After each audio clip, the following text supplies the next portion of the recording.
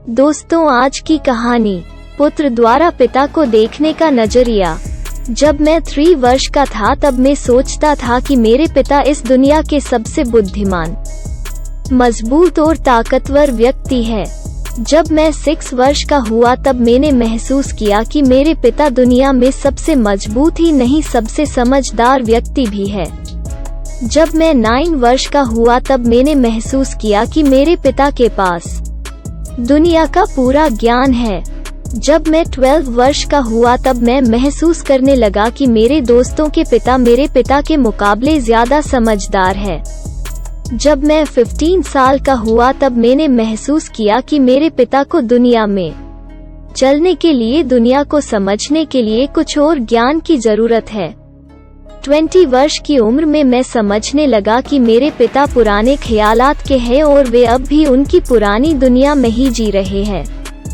मेरे पिता हमारी सोच के साथ नहीं चल सकते हैं और हमारी दुनिया में बहुत पीछे है।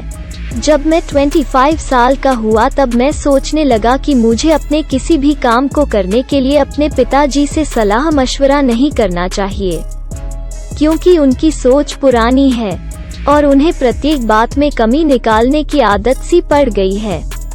30 वर्ष की उम्र में मेरे दिमाग में चल रहा था कि मेरे पिता मेरी नकल करके कुछ सीख रहे हैं और उन्हें नकल करके कुछ समझ आने लग गई है। जब मैं 35 वर्ष का हुआ तब मेरी सोच बदलने लगी।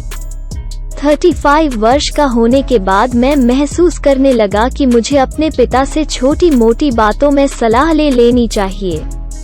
जब मैं 40 वर्ष का हुआ तब मैं महसूस करने लगा कि उनसे कुछ जरूरी मामलों में सलाह ली जा सकती है। जब मैं 50 वर्ष का हुआ तब मैंने महसूस किया और फिर फैसला किया कि मुझे अपने पिता की सलाह के बिना कुछ भी काम नहीं करना चाहिए, क्योंकि मुझे यह ज्ञान हो चुका था कि मेरे पिता दुनिया के सबसे समझदार व्यक्ति है। पर इससे पहले कि मैं मेरे इस फैसले पर अमल कर पाता, मेरे पिताजी इस दुनिया में नहीं रहे, वो दुनिया को अलविदा कर चुके थे और मैं अपने पिता की हर सलाह और तजुर्बे से वंचित रह गया। आज की कहानी में बस इतना ही। धन्यवाद।